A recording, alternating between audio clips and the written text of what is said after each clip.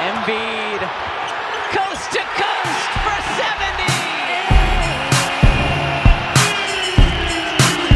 7 straight points by Iverson. Looked like he was dead in the water. Maxey fires!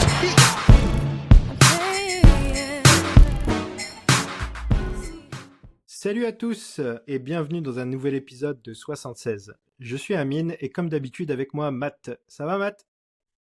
Oui, ça va, écoute, on fait aller avec maintenant nos Sixers qui jouent plus rien, hein, contrairement au dernier épisode où on le disait qui a pas très bien vieilli malheureusement, où on s'attendait à une bataille au play-in. Bah non, du coup ce sera du tanking. Mais bon, comme on disait, Daryl Morey aussi c'est un peu trompé, puisque je me rappelle lors de sa conférence de presse où il avait dit il faut bien plisser les yeux, que les Cavs pourraient avoir peur de nous s'ils nous rencontrent au premier tour. Bon, je pense que les Cavs n'ont pas du tout peur en réalité. Et nous on a bien plissé les yeux mais on n'a rien vu finalement. Donc comme tu disais le dernier épisode, au bout de quelques jours on s'est envoyé des messages avec Matt en se disant bon, au bout de 3 jours le podcast n'avait plus aucun sens. Mais on va essayer de ne pas faire comme la dernière fois et de ne pas avoir un podcast anachronique. On va faire attention un peu à ce qu'on dit cette fois-ci et à pas avoir trop d'espoir, ou même l'inverse, faut faire attention maintenant avec ces Sixers, on ne sait jamais. Donc voilà, on est le 21 mars aujourd'hui, prenez-le en compte quand vous écouterez l'épisode.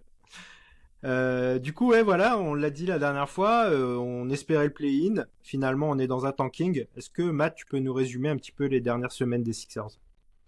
Oui, bah du coup, ce qu'on disait la dernière fois, on allait jouer, je crois que c'était Détroit, on venait de perdre contre Miami. Enfin, on avait quelques matchs comme ça où on espérait enchaîner des victoires, surtout que Embiid revenait de sa énième blessure. Enfin, en tout cas, la blessure, il l'a eu tout au long de la saison, mais on va dire il a eu des gonflements au genou et il revenait à ce moment-là. Donc on espérait une bataille au play-in, parce que comme on disait, les Atlanta Hawks avaient perdu Jalen Johnson et des titulaires comme ça.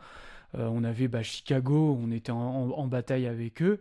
Bon, il s'avère que ces équipes-là ont aujourd'hui pas un super bilan, mais bon, nous, en fait, ça n'a pas du tout cliqué. Il y a eu vraiment des défaites affreuses, notamment Détroit, j'en parlais, mais en plus il n'y avait même pas Kate Cunningham, où vraiment on a perdu une large défaite.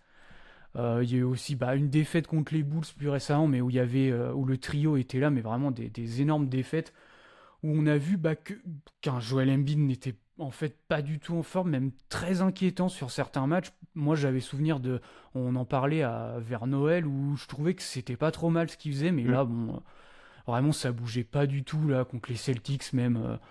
Je me rappelle où il est en défense, il bouge même pas en fait. Les Celtics le ciblent sur pick and roll, mais où là, on a l'habitude d'un Embiid qui est en drop mais qui bouge un peu. Là c'était vraiment il bougeait pas quoi, un peu comme un plot en défense, et tu sentais même dans son body language qu'il était frustré parce qu'il n'arrivait pas à faire certaines choses. Donc du coup ils ont décidé d'arrêter sa saison, puisque on voyait bien que ça n'arrivait à rien. Et du coup, on arrive à ce bilan où on a eu 9 défaites de suite. C'est ce que je notais dans la trame. 16 défaites et 3 victoires là, depuis qu'on a enregistré le dernier podcast. Même, je crois, 17 défaites, puisque j'avais pas encore compté la défaite contre Oklahoma City. Bon, voilà, en gros, c'est maintenant, on est, je crois, à 5-6 matchs de Chicago qui est 10e. Maintenant, il n'y a plus rien à espérer, si ce n'est que maintenant, il faut tanker et perdre le plus de matchs possible. Ouais, c'est au moins, j'ai envie de te dire, dans notre malheur, on y va un peu clair, ce qu'on attendait un petit peu depuis le début de saison, parce que la saison a souvent été, on perdait quand on voulait gagner, et puis quand on commençait à vouloir perdre, on recommençait à gagner, donc on savait jamais sur quel pied danser. Bon là maintenant, on sait où on va, même si on en parlait un petit peu en off. On se demande parfois ce que le front office et notamment Nick Nurse sont au courant. Est-ce qu'ils sont au courant que là on n'a plus rien à jouer et qu'il faut à tout prix perdre, et puis c'est tout quoi. Oui, moi effectivement t'as raison. Là on parlait en off. Moi je parlais de la défaite récente face à Houston, où moi j'ai pas regardé tous les replays, hein, je suis honnête avec les auditeurs, parce que Encore de toute moins façon moi. je joue les Je défaites. précise. Je regarde quand même un peu de play-by-play. Il y a certains matchs, je les regarde en entier, notamment le match contre les Rockets, puisque match serré. Je me suis dit, bon, j'aimerais bien voir un peu ce que ça donne. Quentin Grimes, les nouvelles acquisitions, Jalen Chifino et tout le reste des joueurs qu'on a signés en 10-day contracts ou en two-way. Et c'est vrai que sur la fin de match, en fait, bon, je savais d'avance qu'on avait perdu. Donc c'est vrai que quand tu regardes le match, on va dire, il n'y a pas de ce stress de se dire, bah, il faut qu'on perde, c'est important pour le tanking. Mais en fait, je pense que je l'aurais vu en direct, j'aurais un peu pété un câble parce que, en fait, il s'avère qu'on menait de 3 points et il restait, bah, en gros, 20 secondes à jouer. Donc vraiment, les Rockets avaient la balle. Et en fait, Nick Nurse demande aux joueurs de faire faute pour qu'ils n'égalisent pas. Et je me suis dit, mais c'est hallucinant de faire ça. Je veux dire, normalement, là, il faut laisser jouer. Ou justement, il faut prier pour qu'il y ait un 3 points qui entre. Et par chance, alors, Udoka fait rentrer Alperen Sengun n'a quasiment pas joué du match. Il a joué le début du premier quart-temps, mais quasiment tout le match, il n'a pas joué. Il le fait rentrer, je sens, pour prendre le rebond offensif. Puisque bon, les Sixers jouaient sans Yabusele, on n'avait aucun pivot, même Adem Bona, André Drummond était blessé, donc en gros c'était, je me rappelle plus qui c'était là, O'Shea Brissett, voilà, qui jouait poste 5, donc c'est normalement un ailier.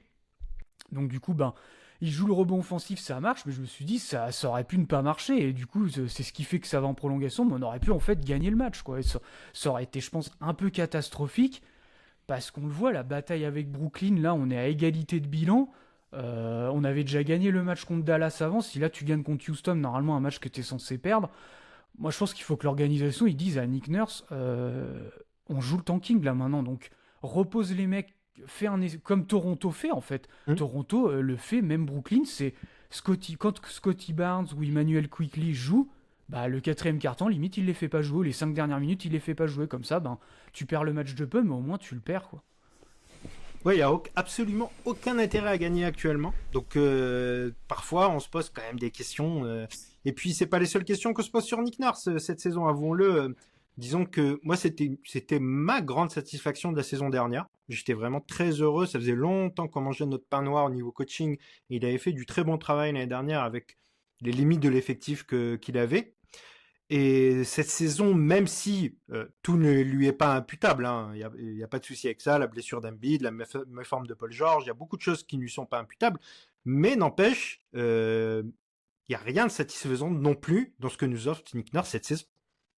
Ouais, bah en fait, moi, ce que je reproche un peu, bon, effectivement, il y a une part, il n'est pas vraiment responsable. Je veux dire, t'as eu un effectif où il montre souvent la stat, j'ai plus le chiffre exact, mais je sais que c'est plus de 40. En fait, les Sixers ont aligné plus de 40 starting 5 sur toute la saison, c'est énorme. Il y a le NBC Sports Philadelphie, là, où ils diffusent les matchs, le montre à peu près à chaque match, tellement c'est hallucinant. Et même, je crois, on est dans les 5 premiers, si tu prends toutes les saisons confondues de la NBA, où c'est arrivé. Donc c'est vraiment...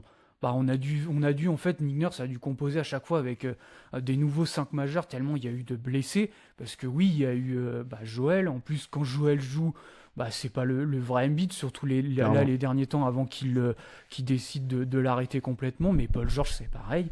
Pour moi, on n'a jamais eu vraiment un Paul George en bonne santé. Il y a vu aller le stretch, pareil, décembre, janvier, où c'était pas trop mal, parce qu'il commençait à se remettre là, il s'est quand même fait 2 hyper-extensions du genou, hein. Ce qui est pas rien, en plus surtout à son âge, quand tu te fais des blessures à cet âge-là, je pense que c'est quand même plus compliqué. Ensuite, il y a eu son problème au doigt, j'imagine que jouer avec une entorse du doigt au basket, même si c'est pas sur ta main qui shoot, je pense que ça doit quand même poser de gros problèmes, surtout qu'il disait qu'il lui faisait des injections, où normalement ce genre d'injection tu le fais que en post-season, et là il lui faisait ça en saison régulière. En plus après il a eu un problème je crois à l'ischio-jambier.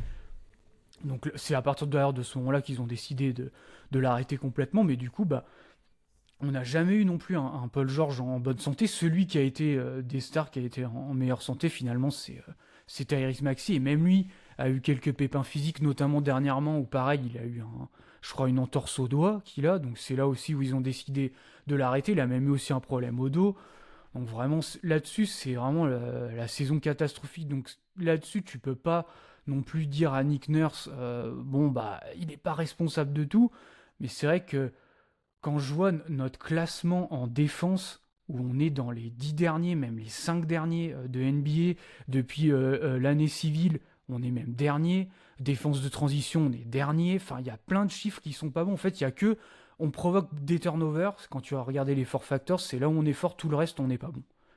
Protection de cercle, c'est très mauvais. La défense de périmètre est pas bonne. Et en fait, ce que je lui reproche des fois, c'est qu'il balance des schémas agressifs.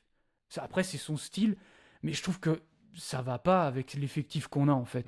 C'est ce que souvent je disais dans le Discord qu'on a avec nos amis là des Sixers. Il balance un peu des schémas comme quand il faisait à Toronto, sauf que Toronto il avait ce personnel où il avait beaucoup de grands ailiers. Là, c'est pas trop le cas, surtout là avec tous les blessés qu'on a maintenant, sans Joel Embiid, t'as plus trop de protection de cercle, donc il balance aussi pas mal des fois de zones où j'ai l'impression que il n'arrive pas à trouver la solution, donc il balance un peu des schémas en mode aléatoire, en espérant que ça va marcher, sauf que malheureusement ça marche pas quoi. Et du coup tu te retrouves avec une défense vraiment mauvaise, et même lui je trouve qu'il il fait vraiment perdu, que ce soit même en défense, on a l'impression en conférence de presse, tu sens il sait plus trop quoi faire. Ouais, comme tu l'as dit au tout début aussi, les 40 joueurs dans la rotation, le nombre énorme, c'est pas que... Parce qu'on pourrait se dire, ouais, il y a eu beaucoup de blessures ces derniers temps, il y a eu beaucoup de 10-day contracts, de two-way et compagnie, mais c'était bien avant ça qu'il y avait des choix qui étaient étranges. Il utilisait vraiment...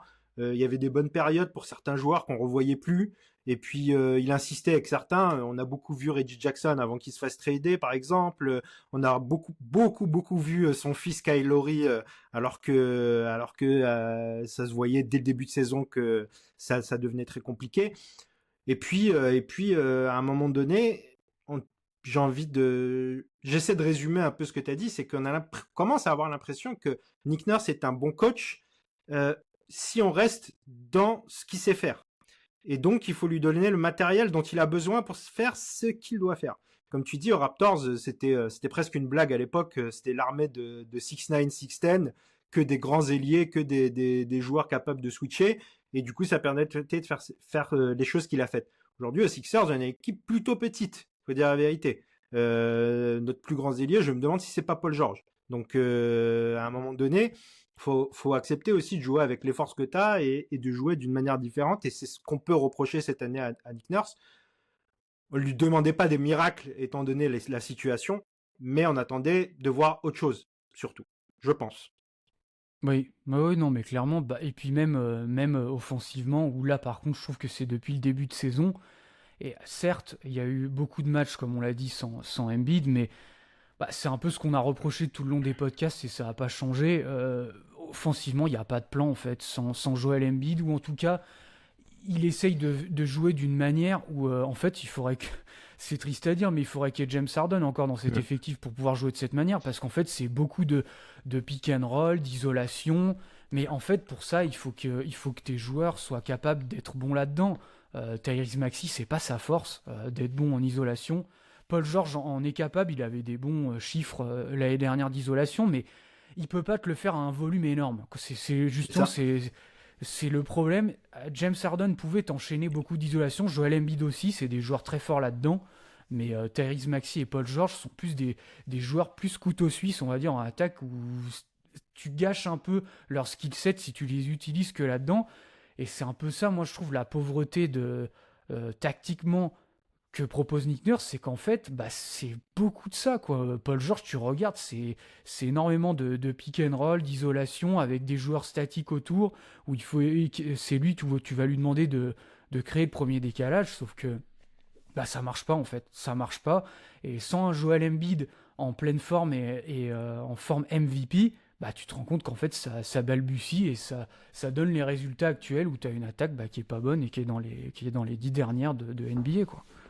Ouais, ça me fait beaucoup penser à ce qu'on voyait dans ces dernières saisons aux Raptors, où c'était la même chose, hein. C'était pas du beau basket, c'était beaucoup d'isolation autour de Siakam, Van Vliet, Scottie Barnes, et ça bougeait pas énormément autour. C'est un basket que on espérait ne plus voir. Comme tu dis, on a l'impression qu'il y avait, avec les Sixers, il avait qu'un plan A, avoir Joel Embiid en hub, et que derrière ça retourne à des fondamentaux qui sont du basket très basique, quoi. Donc et puis pas très adapté à ce qu'on a, comme tu l'as dit. Tyrese Maxey et Paul George, t'as envie de les avoir beaucoup off-ball quand même, mine de rien. Donc voilà, et comme tu le dis un petit peu, dans la trame, bon là, c'est un des rares points sur lequel on peut parler de terrain aujourd'hui, parce qu'il y a plus grand chose à dire, à part peut-être ce qu'on va faire un peu plus tard, c'est-à-dire évoquer un peu les petits joueurs qu'on a testés ces derniers temps, qui nous ont pour certains fait plaisir.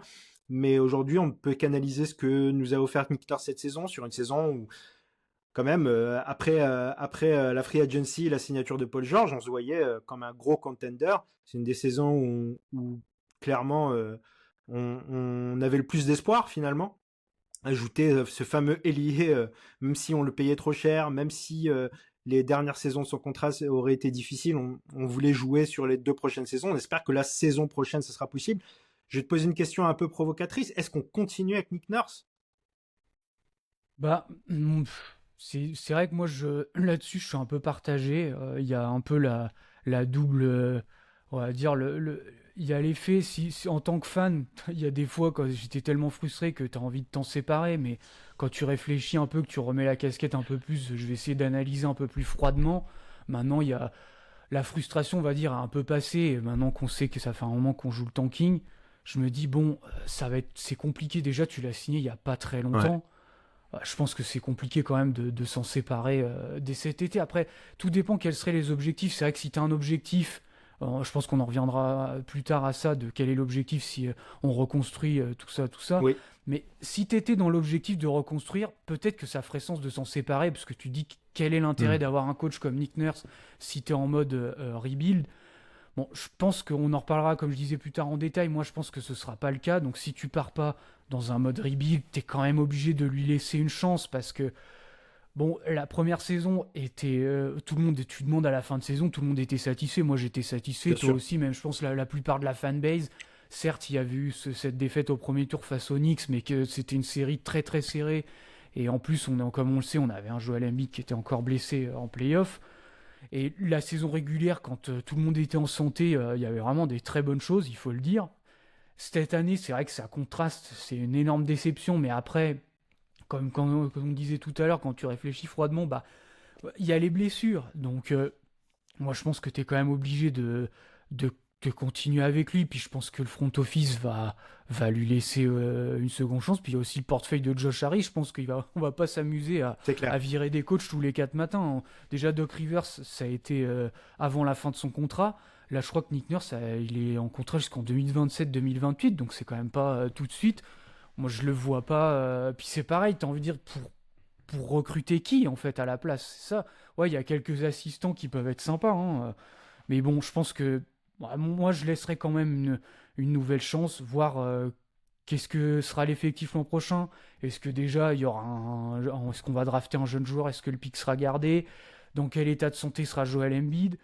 Paul George, j'ai quand même plus d'espoir que lui reviendra. On espère en meilleure santé, mais c'est quand même plus probable. C'est plus Joel Embiid. Est-ce que lui, c'est vraiment le point d'interrogation? Est-ce qu'il sera à nouveau en santé la saison prochaine? En tous les cas, toi, je sais pas ce que t'en penses. Moi, je lui laisserai quand même au moins le bénéfice du doute et une année au moins supplémentaire. Je suis entièrement d'accord avec ce que tu as dit. Je suis entièrement d'accord. Moi, il y a effectivement ce qui me fait le plus me dire je laisserai la saison prochaine. Déjà, ça arrive aussi, je vais reprendre un petit peu ce que disait, je crois, Roland Courbis à l'époque dans le football, c'est que ça arrive au joueur d'être en méforme, ça peut arriver au coach d'être en méforme. Donc peut-être qu'il est en méforme déjà. La deuxième chose qui fait que vraiment je veux garder Nick Nurse si c'est possible, c'est que il n'y a rien de mieux qu'on pourrait attirer. C'est-à-dire si demain tu m'expliques qu'il y a un super coach qu'on peut prendre pour remplacer Nick Nurse et qu'il y a un profil qui correspond plus au roster qu'on a, ok, mais là ça n'a pas l'air d'être le cas. Donc on est sur un coach qui a été bagué, qu'on a vu faire de très bonnes choses et des moins bonnes. Moi j'ai plutôt envie de continuer avec lui. La seule raison qui pourrait me faire pencher vers un départ de Nurse, ça serait si parce qu'on sait justement qu'il a un sacré caractère et que ça s'est pas toujours bien passé avec ses joueurs. Si cette très mauvaise saison avec les problèmes qu'il y a eu a causé des problèmes avec les cadres de l'équipe. Là, d'accord. Là, on pourrait l'envisager parce qu'effectivement, étant donné qu'on a un roster avec pas non plus que des petits caractères et pas non plus, on va dire, il y a quelques têtes de cons dans le roster.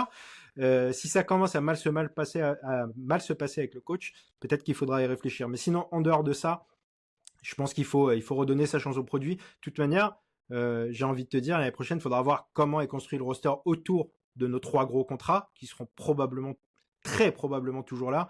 Mais en dehors de ça, on repartira un petit peu comme l'été dernier, finalement. C'est-à-dire, on voudra revoir ce qu'on espérait voir cette année, l'année prochaine. Et tu parlais justement d'une des choses qui pourrait aider beaucoup Nick Nurse, c'est si Joel Embiid était en meilleure santé l'année prochaine. Et c'est le deuxième sujet qu'on va aborder dans ce podcast, et je vais te laisser en parler. On commence à être très inquiet. Je vais donner rapidement mon avis. Moi, je pense que on est clairement... Ce dont je suis le plus sûr, c'est qu'on est en train de sortir du prime de Joel Embiid. Ça, c'est ce qui me semble le plus probable.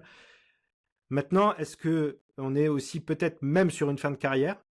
Ça, c'est une autre question qu'on peut se poser, parce qu'un joueur qui a eu beaucoup de problèmes de santé, avec son poids, son gabarit, son style de jeu très énergivore, est-ce qu'on va le revoir à un bon niveau? C'est la plus grosse question.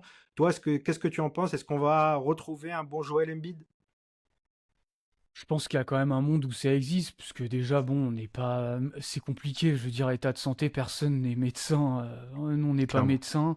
Moi, j'ai essayé un peu de regarder, il y a des podcasts des Sixers que j'écoute, ils ont interviewé, certains podcasts ont interviewé des médecins. Bon, ils donnent leur avis, mais après, ils n'ont pas le dossier, tu vois, il faudra voir tout l'historique, par rapport à son ménisque, combien ils lui ont retiré. En tout cas, effectivement, il y a une gêne. Il y a certains médecins qui disent que c'est possible qu'il revienne de ce que j'ai écouté dans sa forme de MVP. Ça, moi, j'ai quand même du mal à y croire, parce que déjà, il dépasse la trentaine, qui retrouve un bon niveau. Ça déjà, je pense que c'est plus possible. La retraite, j'ai quand même du mal à y croire. J'ai vu cette rumeur passer. Bon, ça me paraît quand même fou. Je pense quand même qu'il y aura quand même des solutions. Déjà, on va voir. Déjà, ce qui est bien, c'est qu'ils l'ont arrêté maintenant. Là, il n'aura pas de post-season à jouer pour une fois. Il va vraiment avoir un temps de repos vraiment super long. Là, ils l'ont arrêté en fin février, je crois. Donc ça va aller de fin février jusqu'à début octobre. Enfin, même, Je sais même pas s'il a déjà eu un repos aussi. Non, il n'a jamais eu autant. Et moi, je me rappelle, en début de saison, il y a eu une interview justement d'un médecin où il disait je pense que Joel Embiid n'a pas assez eu de temps de repos entre justement la blessure quand il s'est fait en février dernier. Ils l'ont remis en play-off, je pense que lui aussi avait envie de rejouer pour jouer en play-off. Il y a eu les JO. Il y a eu cette histoire des JO, est-ce que c'était... Pourtant, aux JO, je l'ai pas non plus. Alors, il y a des matchs, il galérait, mais je le trouvais pas si mauvais. Moi, aux Jeux Olympiques, il bougeait pas trop mal. Le match contre la Serbie, il était même plutôt bon. Donc, il y a quand même, tu vois, ces espèces de motifs d'espoir. On en parlait aussi. Moi, je trouve qu'en décembre, il bougeait bien. La perte de poids lui a fait du bien. Ça, je pense que c'est un truc... je l'ai vu revenir pas mal de fois où c'est vraiment essentiel qu'il ait une hygiène de vie impeccable. En tout cas, la perte de poids, il l'a eu. C'est surtout effectivement dernièrement, où là, en février-mars, on disait au tout début du podcast, où c'est vrai que là, surtout les derniers matchs, là, il bougeait plus du tout bien. On voyait bien que ça n'allait pas. Donc, ils ont pris la décision de l'arrêter. Maintenant, il va voir comment il va revenir. Apparemment, j'ai vu aussi, il va faire une thérapie qu'avait fait Kobe Bryant en Allemagne. Bon, c'est des soignements au plasma. Je vais pas rentrer dans les détails techniques, mais moi je connais pas trop. Mais en tout cas, je pense qu'ils vont essayer des choses cet été. Lui, il a sûrement des médecins et des préparateurs physiques de son côté, Joel Embiid. Donc je pense qu'il va essayer de faire certaines choses.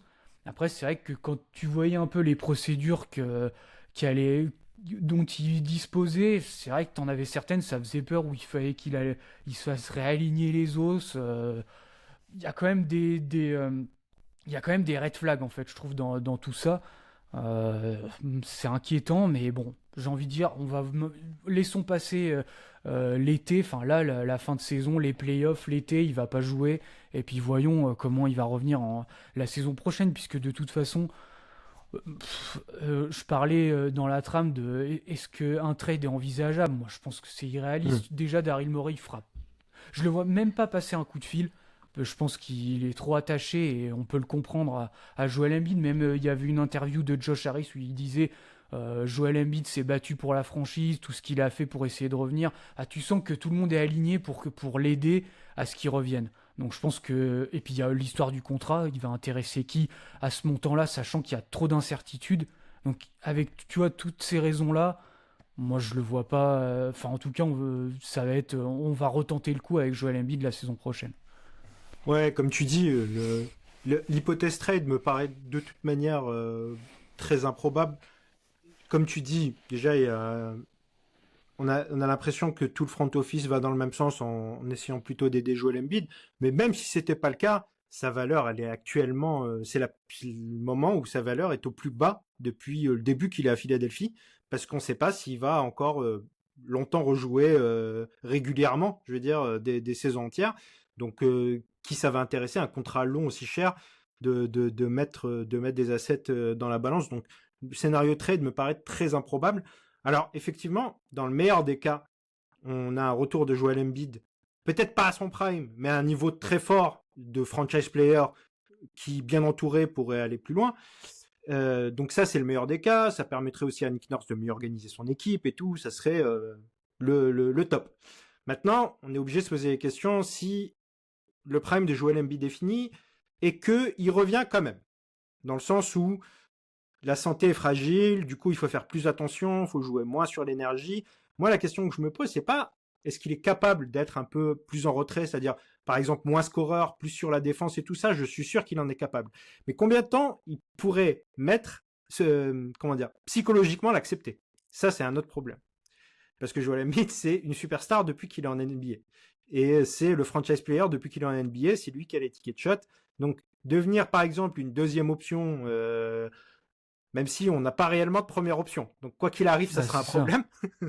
Mais devenir une deuxième option s'il revient pas au top niveau, ça sera un problème. Et qu'il reste une première option un peu finalement par défaut parce qu'il ne domine plus autant qu'avant, ça serait un autre problème. Donc, dans les deux cas, on se retrouve avec une difficulté, quoi. Bah oui, moi c'est un peu le problème, c'est pour ça que je vais le dire aux auditeurs, forcément je me pose la question déjà en tant que fan, puis en tant que même analyste, quelle est la meilleure solution dans le futur pour les Sixers? Est-ce que ce serait pas de repartir sur une reconstruction? Tu te poses forcément la question, même si c'est pas réaliste. Tom de Dunk Hebdo, on le salue d'ailleurs, me l'avait fait remarquer. T'as le contrat de Paul George, t'as le contrat de Joel Embiid, c'est sûr que c'est pas réaliste, je suis d'accord avec lui, c'est pas réaliste, mais moi je me posais la question surtout, comme tu l'as très bien dit, si Joel Embiid n'est plus une première option, s'il est plus top 10 NBA de la manière dont l'effectif des Sixers est construit, moi c'est plus ça qui m'inquiète. Pour moi, t'es pas contender en fait, t'as besoin d'un Joel Embiid top 5 joueur du monde, top 5 DH20, pour, je le dis, DH20, top 5 DH20, c'est le classement que fait Dunk Hebdo des 20 meilleurs joueurs de NBA, que Joel Embiid, la plupart des derniers DH20 étaient dans le top 5, mais si tu n'as plus ça, moi c'est ça en fait qui m'inquiète, parce que même si il est entre la place 10 et 20, est-ce que c'est suffisant? Moi je pense pas en fait, parce que d'accord. Le problème c'est que Tyrese Maxey et Paul George sont pas assez forts pour prendre le relais. Même si Embiid est toujours dans cette place 10 et 20, mais on a besoin d'un Joel Embiid qui est top 5. Toute l'équipe est un peu basée là-dessus. T'as 3 contrats max, t'as 3 joueurs qui ont des skill sets différents. Si encore t'avais un joueur, on en parlait de James Harden, mais même tu vois, le James Harden d'aujourd'hui, ce serait peut-être même compliqué qu'il prenne un peu le relais, même si j'ai un peu plus confiance parce qu'il a les qualités de playmaking, les qualités justement d'isolation dont on parlait tout à l'heure, où c'est toujours un formidable joueur d'isolation, que Tyrese Maxey et Paul George ne sont pas. Tu vois, d'ailleurs, je regarde là la stat. Tyrese Maxey, il a joué plus d'isolation cette saison que Luka Doncic. Ça, c'est dire. Tyrese Maxey a joué 15,9% de fréquence d'isolation. Luka Doncic, on est à 14,8%. Pour un résultat de Maxey, il est à 0, je vous le donne, c'est 0,87 points par possession. Luka Doncic, c'est 1,06. Et c'est là, en fait, le gros problème. C'est que c'est ce qu'on disait, Nick Nurse fait jouer énormément ses joueurs, il aime beaucoup faire jouer ses joueurs en isolation, mais c'est pas on n'a pas des joueurs dans ce skill set là, à part Joel Embiid. Et moi c'est ça qui m'inquiète. Si Joel Embiid il est plus capable de jouer ses 10 possessions d'isolation par match, tu vas faire comment en fait? S'il est plus capable d'en jouer 5, mais que du coup tu vas demander à Maxey et à Paul George d'en prendre plus, alors que c'est pas vraiment leur jeu, moi c'est là en fait où ça me pose de gros problèmes. Et finalement, c'est là où on est dans on va dire un pessimisme, parce que on a quand même très peur que, on va dire, moi, mon seul espoir, c'est qu'il lui reste une saison, une énorme saison, quoi. mais je vois pas comment il pourrait rester beaucoup plus que ça. Ça se voit qu'il est épuisé, que les blessures qui l'ont épargné pendant 2-3 ans, un cycle de 2-3 ans où il n'a pas été trop blessé, justement, où il a pu aller pêcher, aller chercher son titre de MVP. Mais là, comment dire, la jurisprudence des pivots gros gabarits comme ça, sachant la jurisprudence tout simplement Joel Embiid, hein. On parle d'un joueur qui arrive en NBA, il a joué 2 ans après avoir été drafté, hein. Donc ça n'augure pas qu'il puisse se retrouver son top niveau, son niveau de top 5 des H20, parce que c'est ça peut-être que je dois préciser, c'est que j'imagine pas Joel Embiid. Je pense Joel Embiid, il sera, s'il revient et qu'il joue assez de matchs, ça c'est un autre problème, mais s'il arrive à jouer des saisons quasi complètes, hein, des 60-70 matchs, je pense que ce sera un top 20 des H20. Il sera dans les H20, je veux dire. Mais comme tu l'as dit toi-même, s'il est pas dans le top 5, s'il joue le titre vraiment sans un top 5, allez 6-7 maximum, tu vois. Aller chercher jusqu'à ces niveaux-là sans ce type de joueur dans son équipe, c'est compliqué. Du coup, on est un petit peu du côté de la fanbase des Sixers, dépendant de la santé de Joel Embiid, comment il va revenir, qu'est-ce qui va lui arriver, hein. Moi, je vois ça comme ça en tout cas. Bah oui, de toute façon, on est un peu, de toute façon, ça a toujours été ça.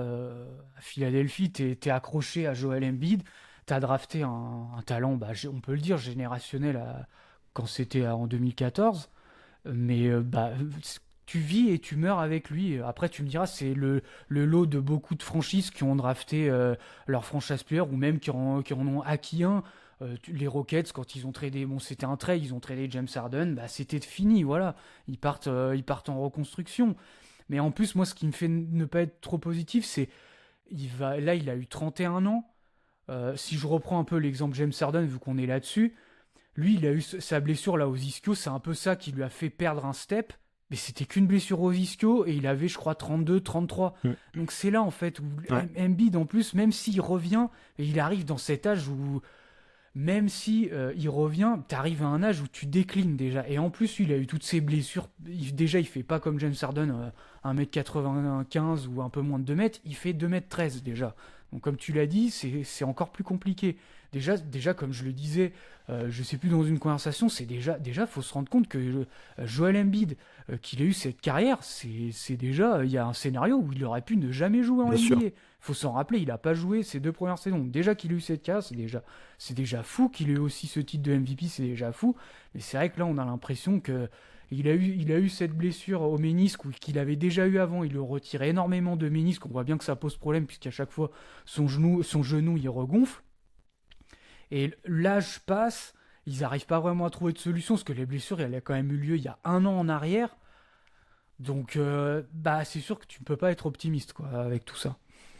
Ouais, c'est difficile d'être optimiste et tu m'offres une transition. On a beaucoup parlé de Joel Embiid, on a dit un peu tout ce qu'on pensait, mais t'as parlé de ça rend pas très optimiste. Est-ce qu'on peut parler un peu d'optimisme avec la lueur d'espoir de ces derniers temps? C'est Quentin Grimes qu'on a récupéré à la deadline et qui nous a fait à la fois très plaisir sur son niveau de jeu affiché depuis, et en même temps très peur parce que à cause de lui on a failli en gagner des matchs et c'est pas le moment d'en gagner. Donc est-ce que tu veux nous parler de Quentin Grimes? Oui, bah c'est vrai que c'était déjà on en avait parlé lors du podcast sur la trade deadline, on était ravis de le récupérer. C'est vrai que c'était un peu inespéré, on n'en parlait même pas dans nos cibles tellement on s'attendait pas à pouvoir récupérer un joueur comme ça, surtout pour le package envoyé. Caleb Martin, je crois, même a dû jouer un. Ouais, ou je crois je crois il me semble un petit match à peine. Donc c'est ça qui est le plus fou.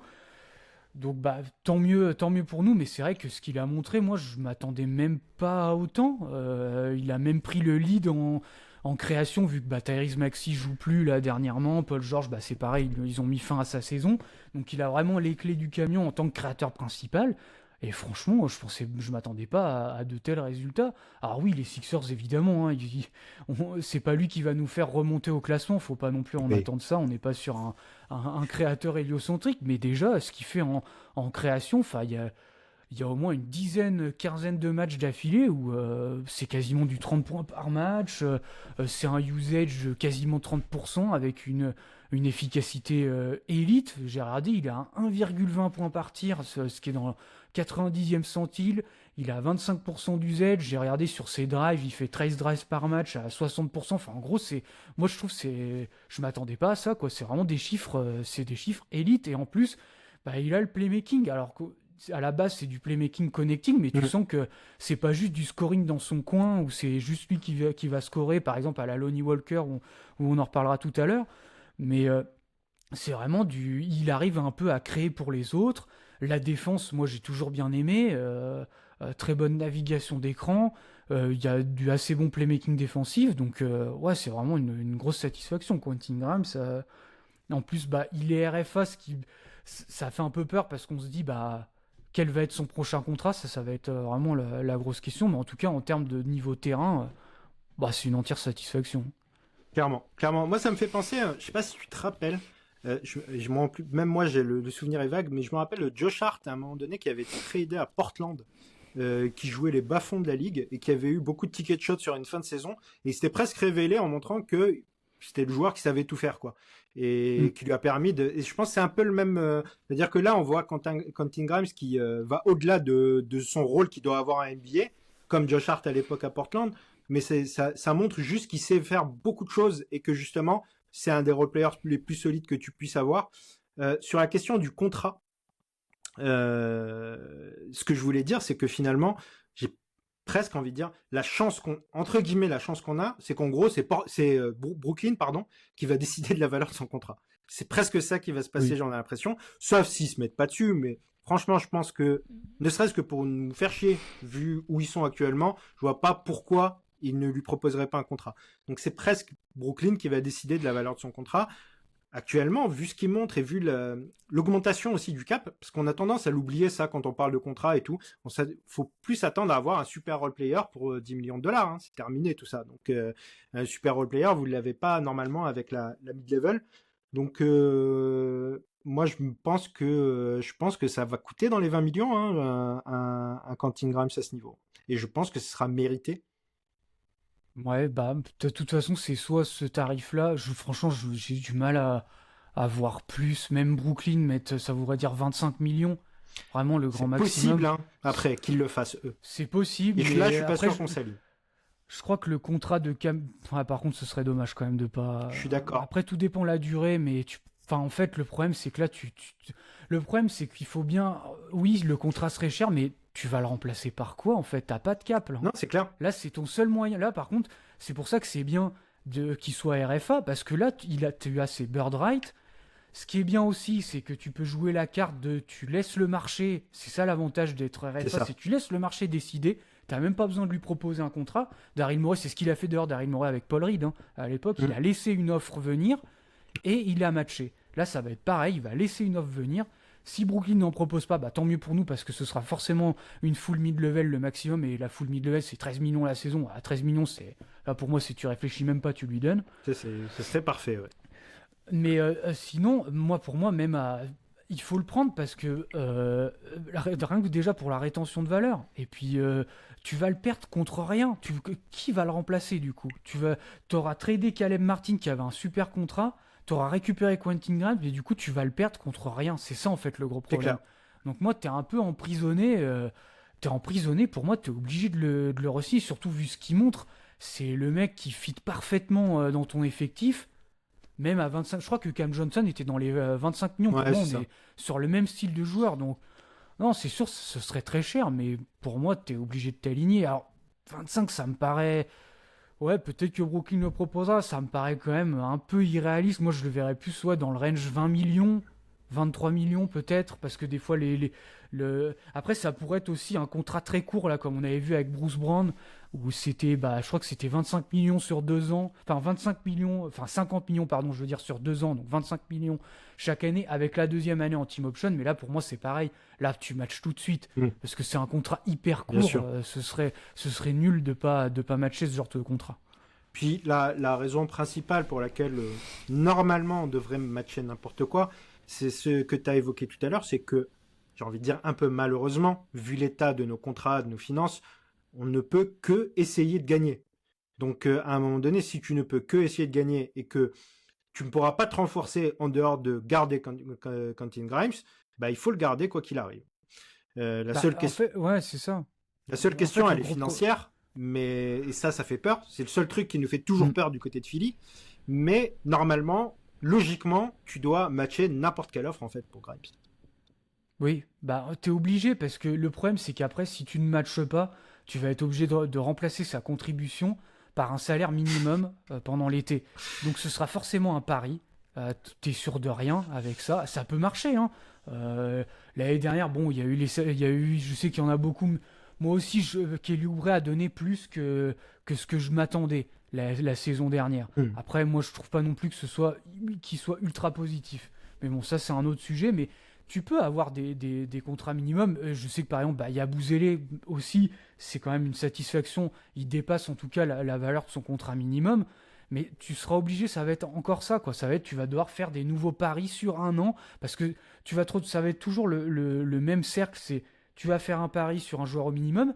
Si ça marche pas, bon bah tu t'en fous, c'est un contrat minimum. Mais le problème, c'est que si ça marche, tu vas devoir forcément t'en séparer parce que tu n'auras pas ses bird rights et une équipe va lui proposer du coup une middle et à chaque fois ça va être ce cercle-là. Exactement. Donc c'est pour ça que pour moi là tu as un joueur qui a prouvé que c'est le role player parfait pour ton effectif, même si le contrat va te coûter cher, tu es obligé de matcher. Après, moi j'ai de gros doutes que Daryl Morey quand même matche pas, il maîtrise bien tout ce qui est cap space, Tom en parlait, qu'il maîtrise bien tout ça. Pour moi tu es obligé de matcher, même si c'est 25 millions, il aura pas le choix. Soyons clairs, hein, moi ce qui me fait peur, c'est pas du tout Daryl Morey, hein, c'est au-dessus que ça me fait peur. Oui. Mais effectivement, plus j'y pense, plus je me dis que même l'économiste Josh Harris n'a pas trop le choix là en vérité. Ou alors faut rendre son tablier quoi à un moment donné parce que là il reste quoi en plus. Disons que c'est un peu tombé du ciel l'arrivée de Quentin Grimes, pas seulement par la qualité du joueur, mais aussi par le fit.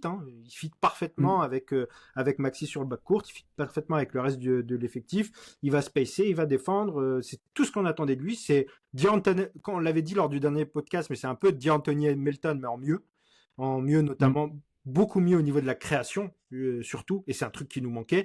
Donc normalement c'est Banco et c'est la vraie lueur d'espoir parce que si effectivement on garde Quentin Grimes, sans parler d'éventuels pour l'instant pics de draft qu'on pourrait garder et peut-être monter quoi que ce soit, déjà avec tous les joueurs en santé, on va pas dire en excellente santé mais en santé, on a déjà 4 joueurs pour former de 5.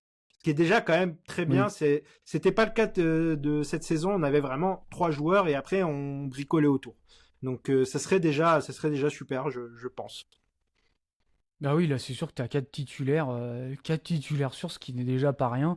Et puis après forcément ce sera que des joueurs sur des paris, puisque c'est de toute façon Daryl Morey l'a dit dans une conférence de presse, il a dit je préfère, pour moi c'est la meilleure façon de gagner, d'assembler des stars et ensuite je fais confiance à mon front office, à mes scouts pour trouver des opportunités de marché à la Kelly Oubre par exemple comme l'année dernière, à la Gershon Yabusele.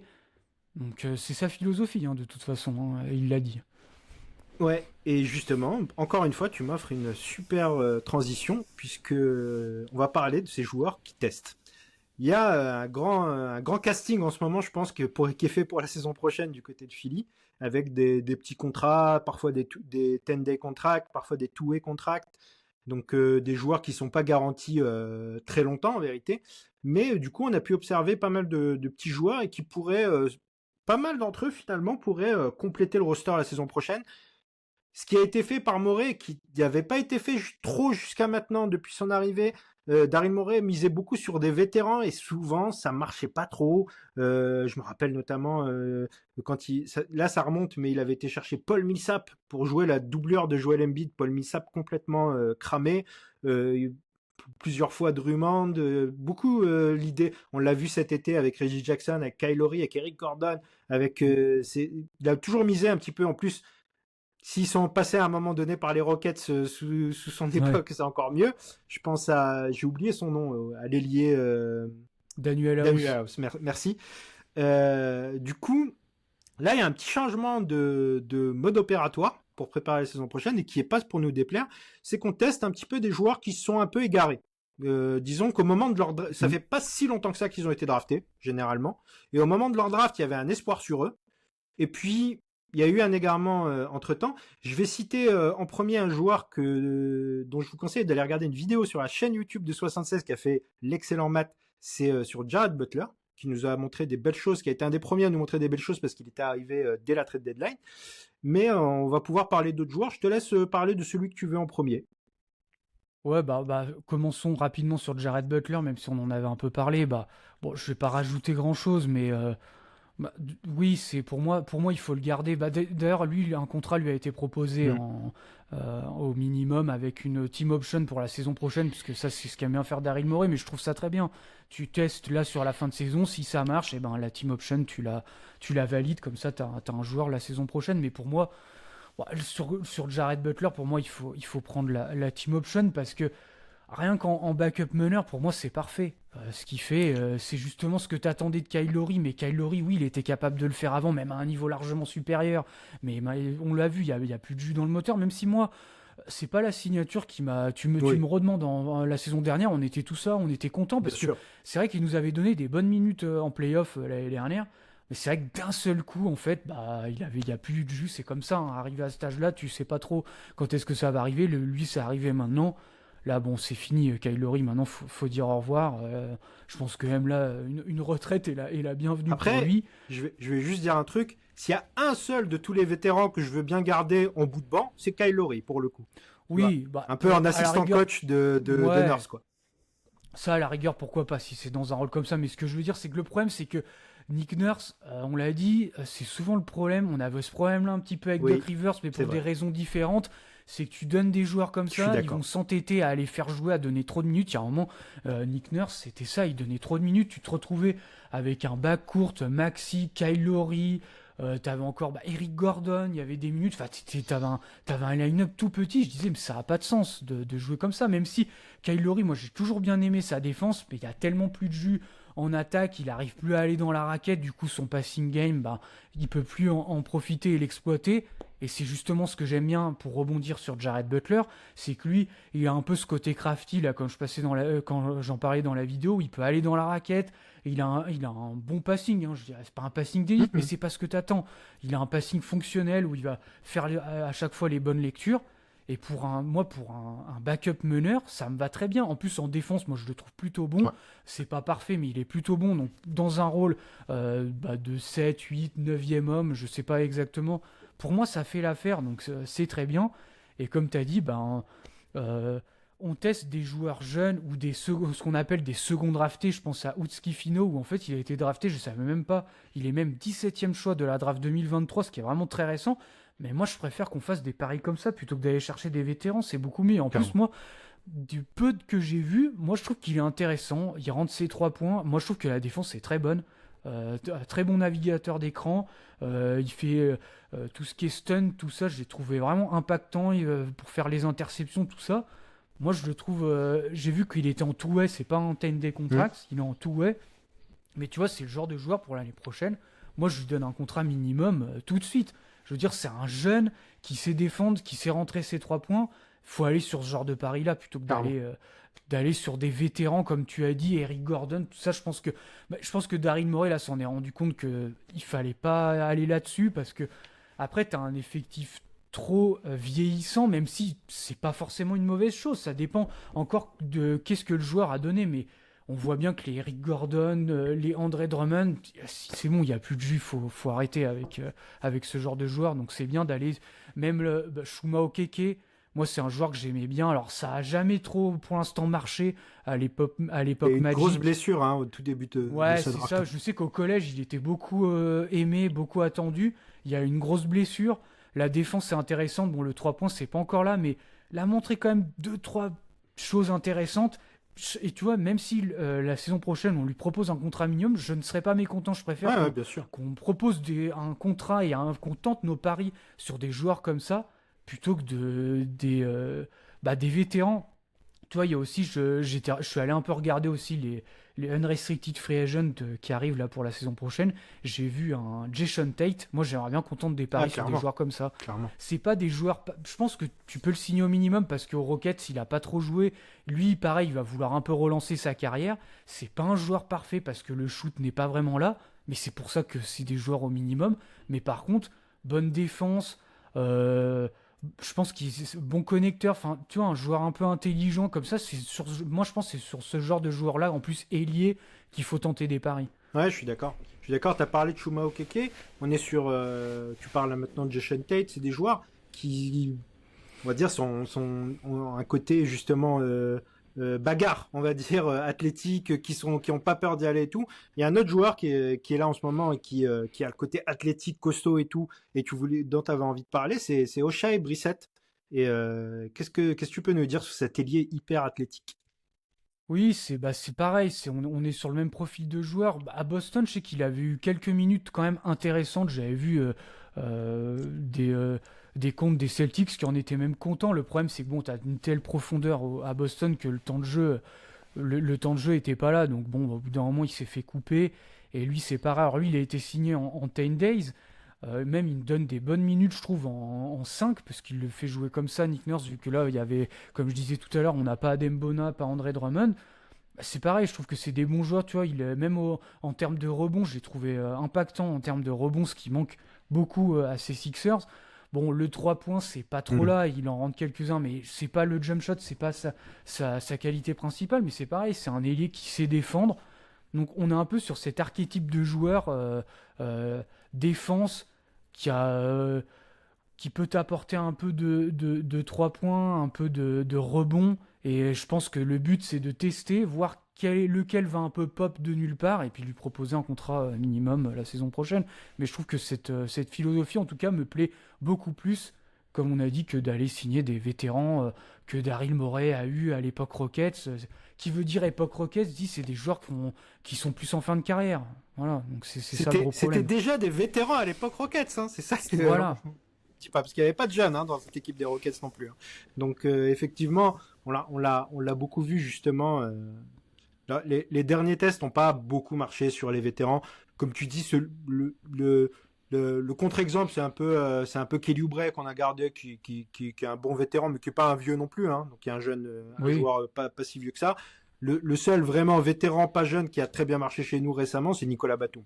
Mais c'est un joueur d'un autre calibre, on va dire, que ce dont on a pu parler, ou pas encore assez vieux non plus, ou plutôt avec un style de jeu dont l'âge n'a pas trop d'impact finalement sur le jeu de Nicolas Batum, que comparé à un Kyle Lowry qui avait de l'explosivité, qui avait des choses qui lui permettaient de faire ce qu'il savait faire. Et du coup, oui, moi aussi je suis d'accord avec toi. J'aime bien les tests qui sont faits. Surtout que finalement, sur à peu près tous les joueurs qu'on a testés un peu depuis la trade deadline, il y a tous des choses positives. Ça ne veut pas dire qu'on va tous les garder évidemment, mais ça veut dire que au moins on peut réfléchir à ce qu'on va garder, ce qu'on va pas garder, et avec les profils en plus. C'était un effectif qui manquait vachement d'ailier du côté de Philly. On a récupéré des joueurs un peu plus grands, un peu plus athlétiques, un peu plus ailiers justement. Donc ça pourrait permettre de combler un peu les rotations de la saison prochaine. Et moi je préfère ça en tout cas que de ressortir les vieux pots de confiture justement. Ouais, clairement. Bah, en plus, je l'ai vu au match contre les Rockets, tu vois, même si le talent sur le terrain est pas là, évidemment, mais tu sentais quand même une cohérence offensive. Je voyais ce que voulait faire l'équipe.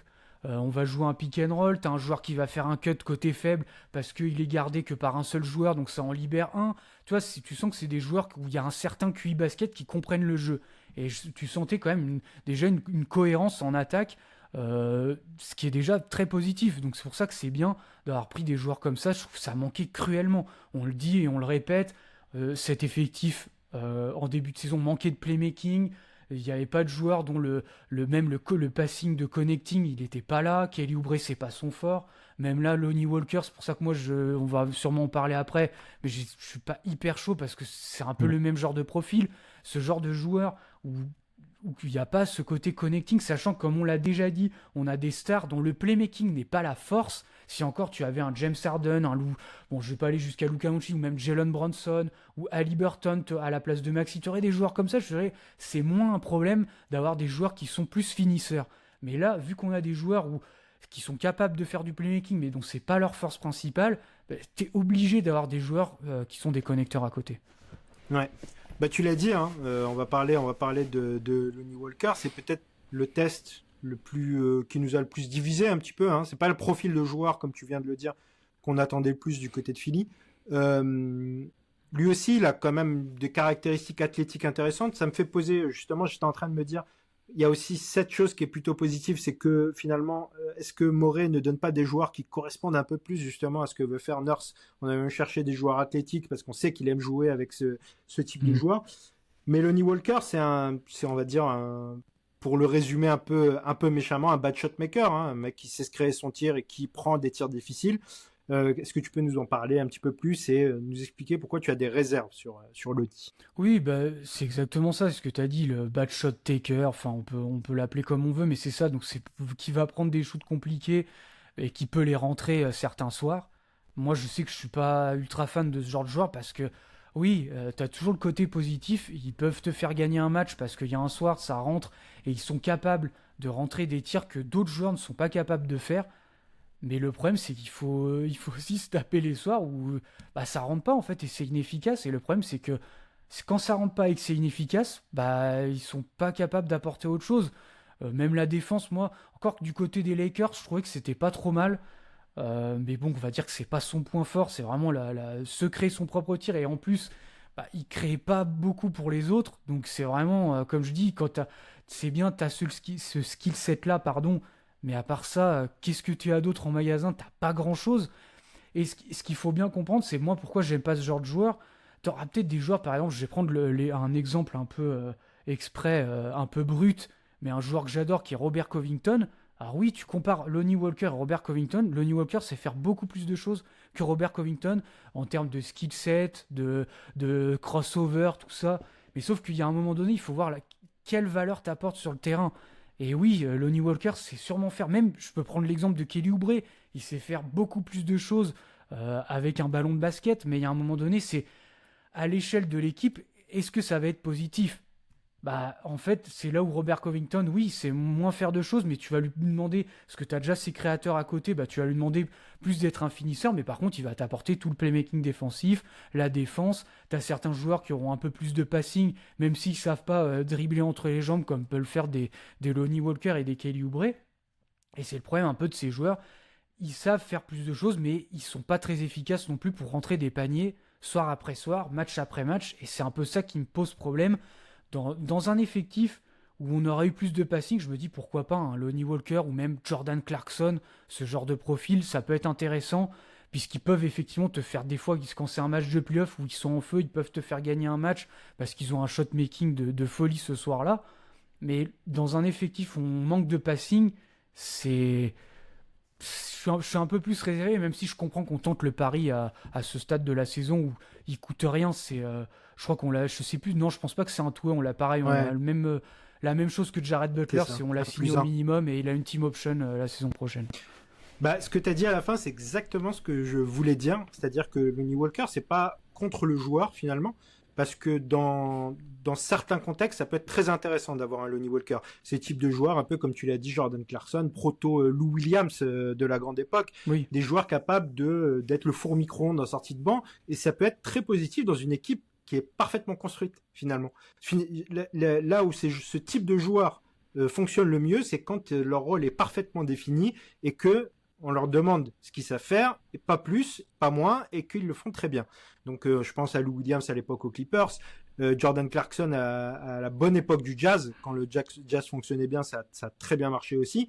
Là, Lonnie Walker, il arrive dans un roster où on n'a pas un playmaker élite, de toute manière, aucun playmaker élite, et du coup, si tu lui donnes trop de minutes, lui, il va faire ce qu'il sait faire. On a déjà Kelly Oubre dans le même registre, donc au bout d'un moment, ça me paraît ne pas être le fit parfait, en fait, Lonnie Walker. je suis pas fan du joueur non plus, et je suis pas fan de ce type de joueur. En fait, les bad shot makers ou takers, peu importe comment on dit, sont vraiment intéressants quand ce sont des superstars. C'est très rare d'avoir de moins en moins, disons que c'était très commun à une époque d'avoir son 6e homme qui est aussi ce bad shot maker, mais aujourd'hui c'est très rare d'avoir un gars qui prend des tirs difficiles et qui n'est pas une superstar finalement. Oui, bah c'est sûr que avant, c'est vrai que c'était beaucoup à la mode, les Jamal Crawford C'est aussi, ça. on en voyait beaucoup. C'est un peu dans ce moule-là, même si en plus je pense que Lonnie Walker est moins fort que les joueurs qu'on a cités. Tout à fait. Même Jordan Clarkson, moi je crois que je préfère Jordan Ouais, bien Clarkson qui est à Lonnie Walker, mais c'est pour dire c'est un peu ces joueurs qui sont dans le même moule.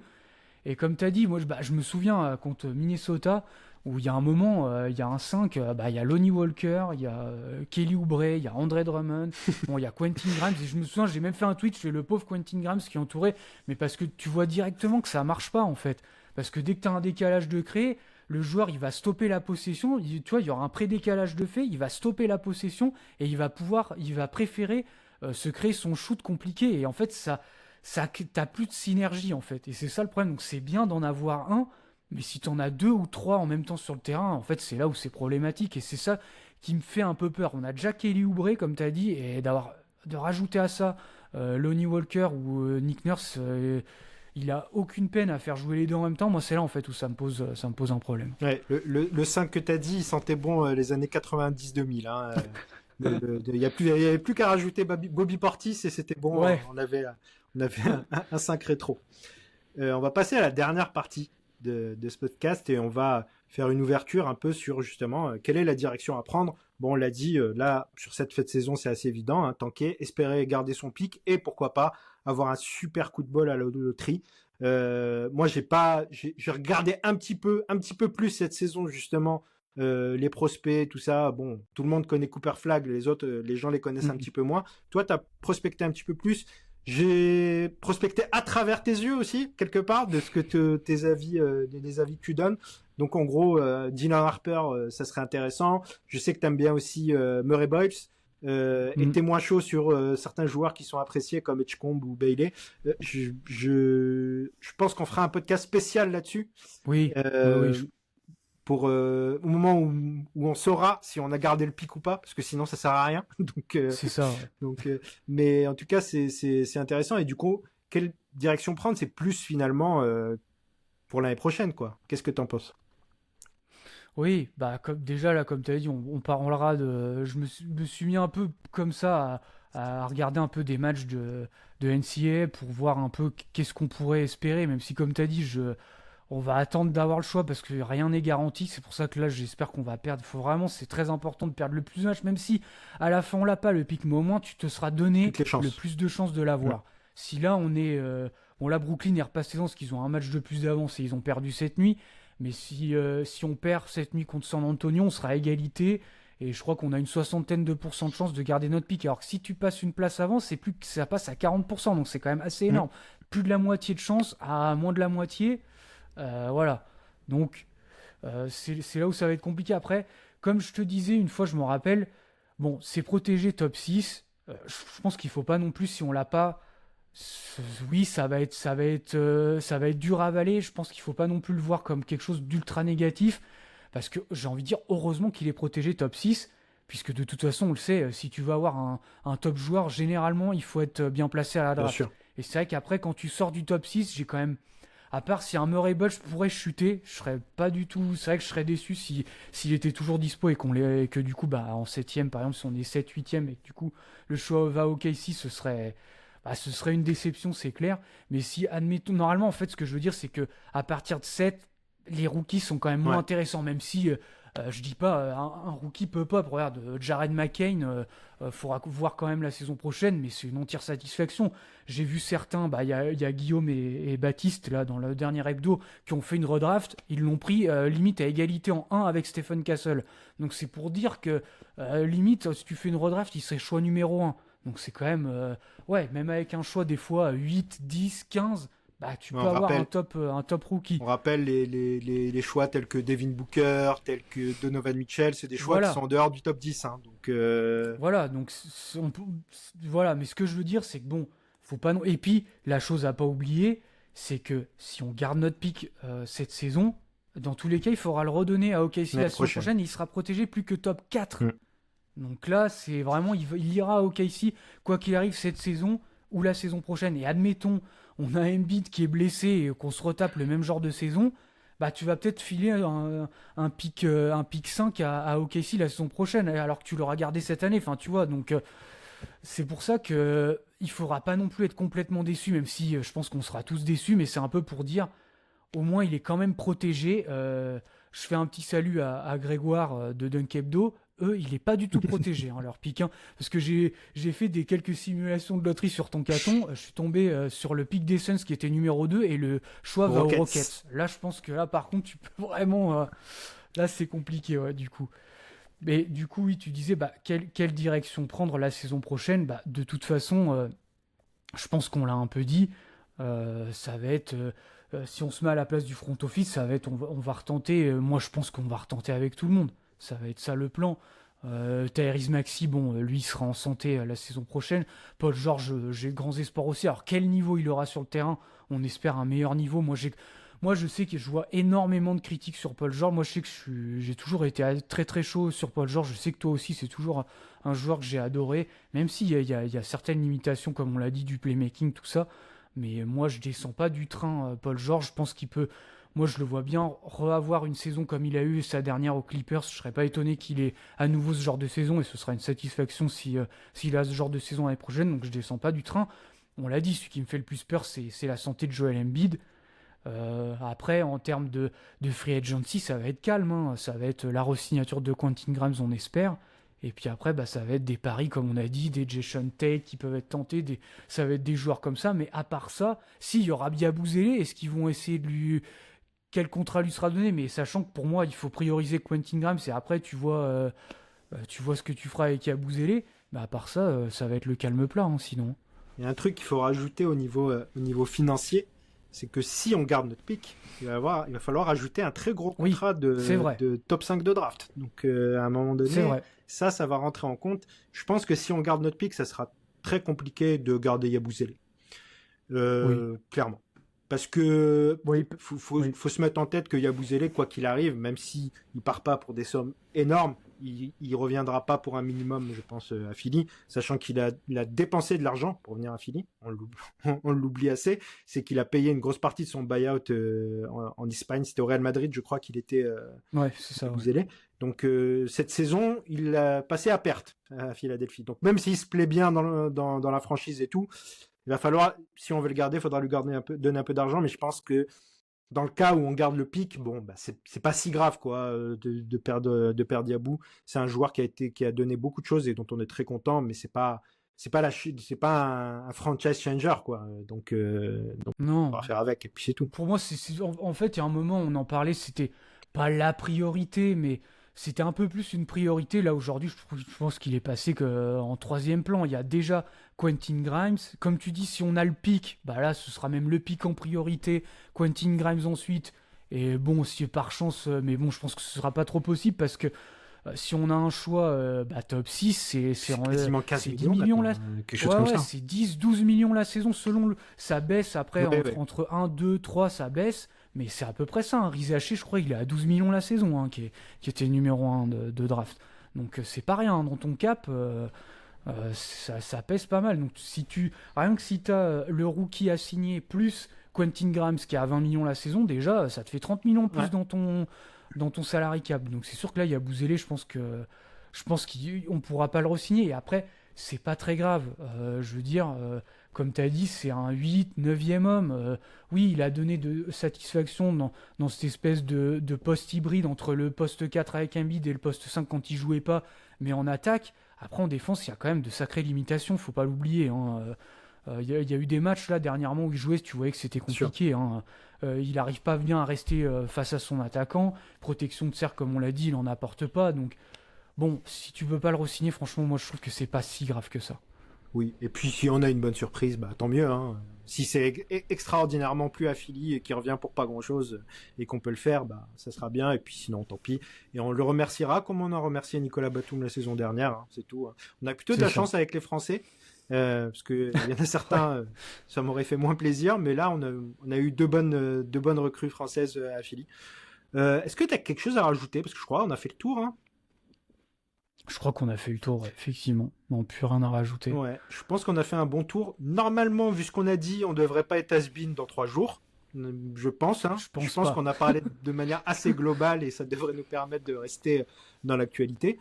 Donc, on a mis un petit peu plus de temps aussi à revenir. Ça fait un peu plus d'un mois qu'on avait enregistré le dernier, mais on essaiera d'être plus régulier. On a eu quelques petits problèmes, mais rien de grave. Donc, normalement, on se retrouvera le mois prochain.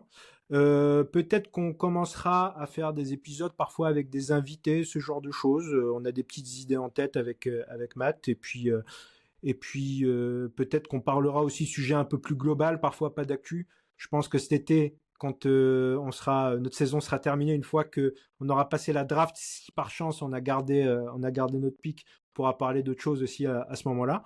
Donc voilà, c'est un petit peu le détail pour les échéances à venir. N'oubliez pas aussi, si vous le souhaitez, de nous mettre un petit like, un petit commentaire sur YouTube, un petit commentaire sur les applis de podcast. Ça fait toujours plaisir et puis nous, ça nous aide. Donc voilà, j'espère que ça vous a plu. Matt, un dernier mot? Ouais, bah, on se retrouve prochainement. Comme tu as dit, ça devrait pas trop bouger d'ici là. Je pense qu'on fera peut-être un bilan de saison quand même à la fin. Je pense que Peut-être c'est important, mais peut-être qu'on piquera un petit peu la notation, le conseil de classe que fait oui, We Are Thunder, parce que ça nous plaît beaucoup. ouais, j'ai Donc bien peut-être aimé. qu'on Je fera pense ça qu'on fera aussi quelque chose comme prochainement. ça, ouais. Ouais, ouais. Et après, comme tu as dit, bon, ce sera peut-être plus des sujets théoriques, puisque là, de toute façon, je veux dire, on sait un peu ce qui nous attend. On espère garder notre pic vraiment. Là, c'est sûr que ça nous donnera en plus de matière à C'est clair. discuter si jamais entre le 12 mai où il y a la loterie et la draft qui est fin juin, c'est sûr que là, il y aura du contenu. J'essaierai peut-être même, si je peux, de faire des vidéos sur les prospects. Ça pourrait être intéressant si on garde quand même notre pic. Donc voilà, on espère. Franchement, il y a plus que ça qu'à espérer maintenant. Oui, et puis j'allais oublier, on te retrouve aussi toujours chez Dunk Hebdo, hein, Matt, et bientôt il va y Oui. avoir de grosses échéances avec beaucoup de choses, beaucoup d'épisodes, donc on va beaucoup t'entendre parler des autres équipes et c'est toujours un plaisir, hein. Moi, je suis le premier fan de Matt, hein, moi je suis juste là pour l'accompagner, hein, sur ce podcast, hein, rien de plus. Donc voilà, on se retrouve très vite et puis à la prochaine. Salut! Salut!